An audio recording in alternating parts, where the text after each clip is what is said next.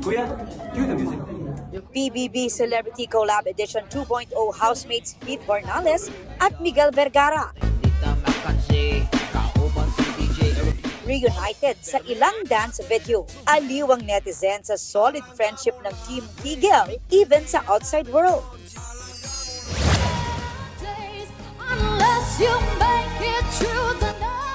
Matapos himatayin sa gitna ng performance sa TikTok la kahapon, tanghalan ng kampiyon grand finalist Yula Bautista. Kumusta na? Everything is a blur. Tapos, ang nasa isip ko na lang, baka nasa-stroke ako. Sabi po ng medic is lack of oxygen. Possibly because of the corset that I was wearing. Kasi I was wearing it for 5 hours, more than 5 hours na.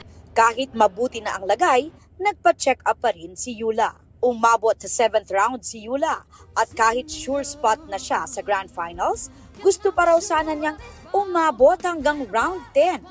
Pero Nanghinayang po talaga ako. This is something that I cannot take for granted. Kasi bihira to. This is a very rare opportunity. And of course, I take all the responsibility po na nangyari po sa akin. Kasi inabuso ko din po talaga yung katawan ko. babaeng suspect sa pamamaril sa bahay ni Rihanna sa Beverly Hills sa LA, sinampahan ng attempted murder. Pinagpapiyansa rin siya ng aabot sa mahigit 1.8 million US dollars o mahigit 106 million pesos.